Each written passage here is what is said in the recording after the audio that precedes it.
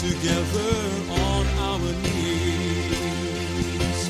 Let us break bread together on our knees.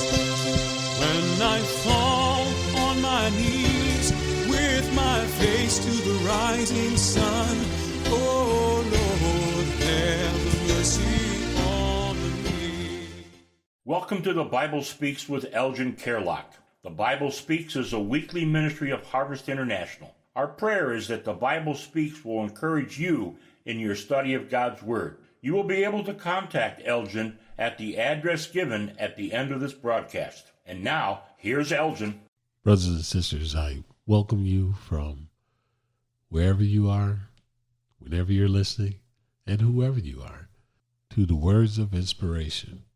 This week we have been having a discussion on the topic of God's got you. And continuing in that, we are looking at Isaiah 59, verse 19, which reads, "So shall they fear the name of the Lord from the west, and his glory from the rising of the sun. When the enemy shall come in like a flood, the Spirit of the Lord shall lift up a standard against him." Isaiah 59 verse 19 is a verse that speaks to the power of God to deliver and protect his people from evil and oppression. The verse is often translated and understood within the context of God's intervention on the behalf of the Israelites, addressing their spiritual and moral decay as well as the consequences they faced because of their sin. The verse reads, depending on the translation, along the lines of, "So shall they fear the name of the Lord from the west, and his glory from the rising of the sun. When the enemy shall come in like a flood, the Spirit of the Lord shall lift up a standard against it." Reading from the NIV. This verse, nestled within the passage that describes the sins of the people and the separation those sins have created between them and God, shines as a beacon of hope. Here's a breakdown of its components and implications. Number one, universal recognition of God. The reference of fearing the name of the Lord from the west and his glory from the rising of the sun to the east implies a universal acknowledgement of God's sovereignty and power. It speaks to a future time when God's dominion and majesty will be recognized from all corners of the earth. Number two, the enemy's assault. The imagery of the enemy coming in like a flood evokes a sense of overwhelming force or attack. In the context of Isaiah, this could refer to literal enemies that threaten the nation of Israel or symbolize an inundation of sin, injustice, and unrighteousness that overwhelms society. Number three, divine intervention. The most hopeful part of this verse is the promise of God's intervention.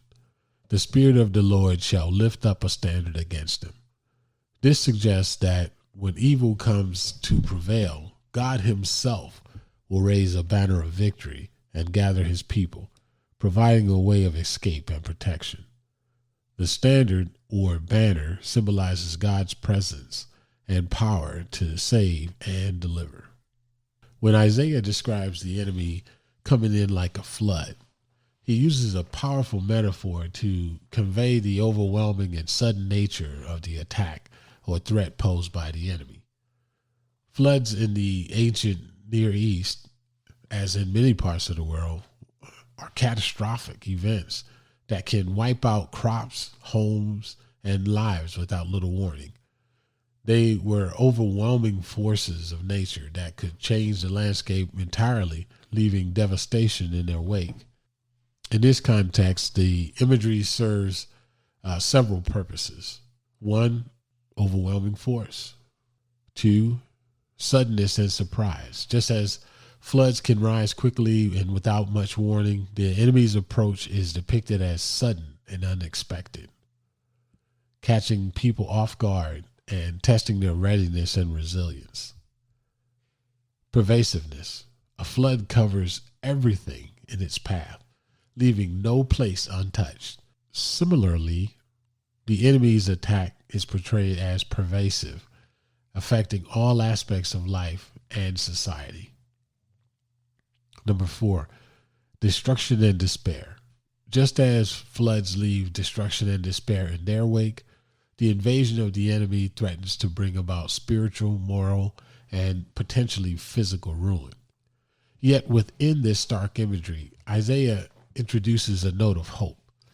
Despite the formidable, fearsome nature of the enemy's assault, God's intervention is powerful enough to counteract and overcome it.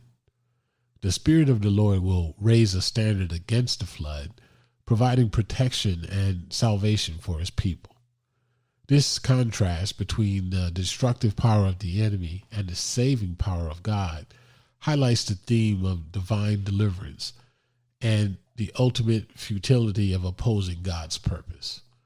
It reassures the faithful that no matter how dire the situation, God's sovereignty and ability to save is greater still. So, brothers and sisters, be encouraged, be of good cheer, be bold, and know that God's got you. Until next time, God bless.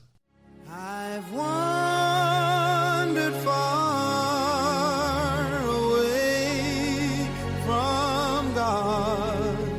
This program is cared for by listeners who care. Your prayers and financial investment in this ministry helps to keep the good news on the air. We look forward to hearing from you and invite you to write us at Harvest International, Post Office Box 6690, Ocala, Florida 34478. Again, that's Harvest International, Post Office Box 6690, Ocala, Florida 34478.